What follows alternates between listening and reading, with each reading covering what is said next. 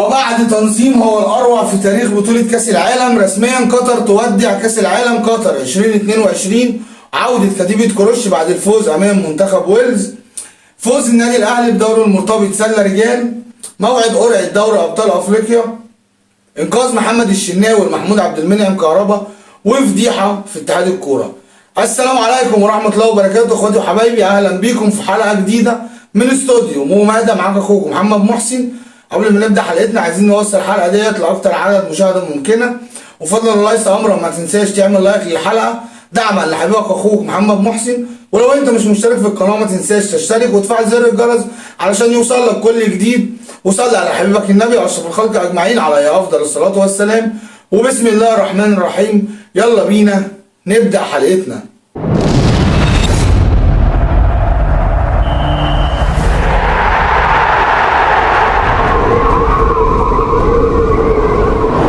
رسميا قطر بتودع كاس العالم قطر 2022 بعد اداء مخيب للامال، اداء مخزي.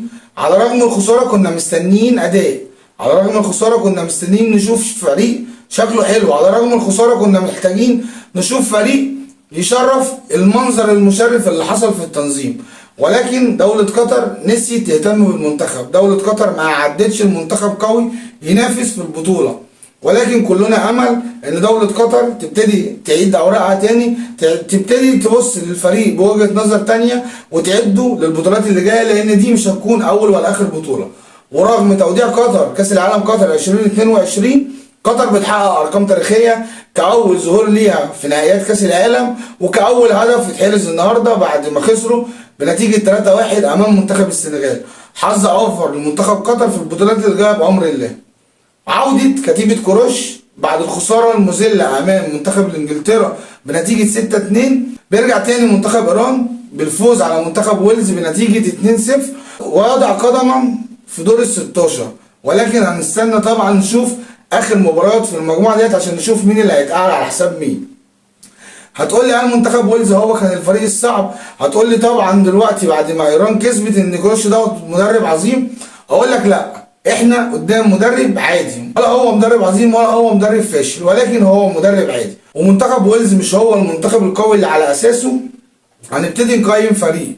منتخب ويلز ومنتخب مصر لو لعبوا هيديله على الاقل 3. منتخب ويلز منتخب ضعيف، ولكن كتيبة كروش بتعود بفوز سهل على منتخب ويلز وتضع قدما في دور ال16، ولكن طبعا في انتظار اخر المباريات.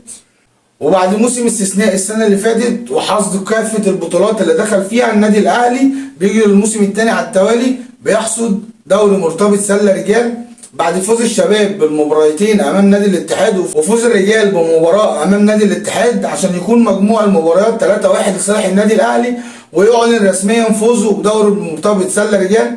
ألف مليون مبروك للنادي الأهلي، ألف مليون مبروك لمجلس إدارة النادي الأهلي وجماهيره، ودايما من تقدم لتقدم، ودايما من نجاح لنجاح، ودايما كعادة النادي الأهلي إحراز البطولات أيا كانت اسمها إيه. وأخيرا قرعة دوري أبطال أفريقيا والكونفدرالية.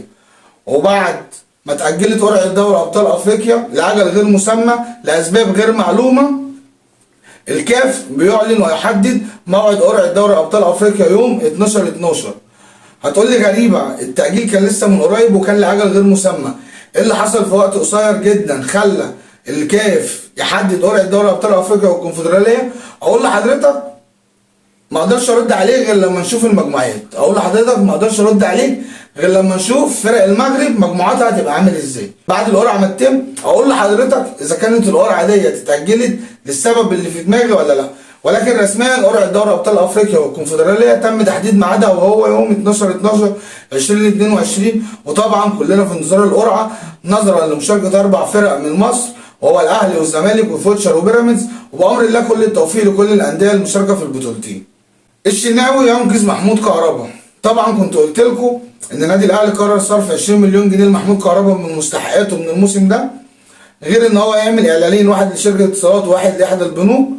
ولكن بالنسبه للموضوع اعلان شركه اتصالات، اعلان شركه اتصالات ده كان معروض على محمد الشناوي برقم خيالي. طبعا كلنا عارفين شركه اتصالات بتدي ارقام عامله ازاي في اعلاناتها. يجي محمد الشناوي وبدوره كقائد، وان هو عايز يساعد زميله في الفريق وعايز يساعد زميله اللي هو طبعا قائد عليه الفريق النادي الاهلي، محمد الشناوي بيتنازل عن اعلان لمحمود عبد المنعم كهربا عشان هو اللي ياخد مستحقات الاعلان علشان يقدر يسدد الغرامه الموقعه عليه لصالح نادي الزمالك. وبامر الله في القريب العاجل محمود كهربا هيحل مشكلته وهنشوفه في صفوف النادي الاهلي. فضيحه في اتحاد الكوره. طبعا كلنا عرفنا ان في مسؤول كبير في اتحاد الكوره عمل فضيحه، الا وهي فيديو فاضح ليه مع واحده متجوزه. احكي لك القصه بتفاصيلها سريعا كده. ده واحد متجوز عليه ديون، عنده مشاكل، كان اتواصل مع احد المسؤولين في اتحاد الكوره علشان يشوف له شغل، ولكن عشان كثره الديون اللي على الراجل ده اتحبس 3 شهور. بعد ما رجع من الحبس 3 شهور ما لقاش مراته في البيت، قعد يدور على مراته، قعد يدور في اي حاجه تخصها، قعد يدور في ورقها وفي الحاجه اللي تخصها، لقى كارت ميموري عليه فيديو فاضح لمده 43 دقيقه لزوجته مع الراجل اللي كان المفروض هيشوف لهم شغل وهو المسؤول في اتحاد الكوره. كلنا شفنا السعوديه بتعمل ايه، كلنا شفنا تونس بتعمل ايه، كلنا شفنا المنتخبات العربيه بتعمل ايه، وزعلنا على نفسينا وزعلنا ان احنا مش موجودين في كاس العالم. ولكن سيدي الفاضل، طول ما هو ده المنظر وطول ما هي دي الطريقه وطول ما هم دول الناس المسؤولين اللي قاعدين على الكراسي، هو ده هيبقى حالنا عمره ما هيتغير. وللاسف اتحاد الكره بيقرر اقاله المسؤول دوت بس، مفيش محاكمه ما اتقبضش عليه، مفيش اي حاجه تطورت في الموضوع غير ان الراجل اقيل. هل هو ده جزاء الموضوع؟ هل دي عقوبه تكفي؟ على ما اعتقد لا، دي جريمه زنا.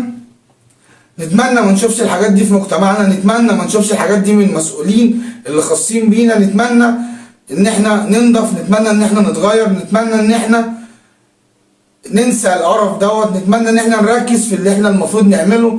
طول ما احنا ما مركزين في حاجات تانية جانبية عمرنا ما هنتطور، عمرنا ما هنتقدم، وهيفضل للأسف هو ده حالنا.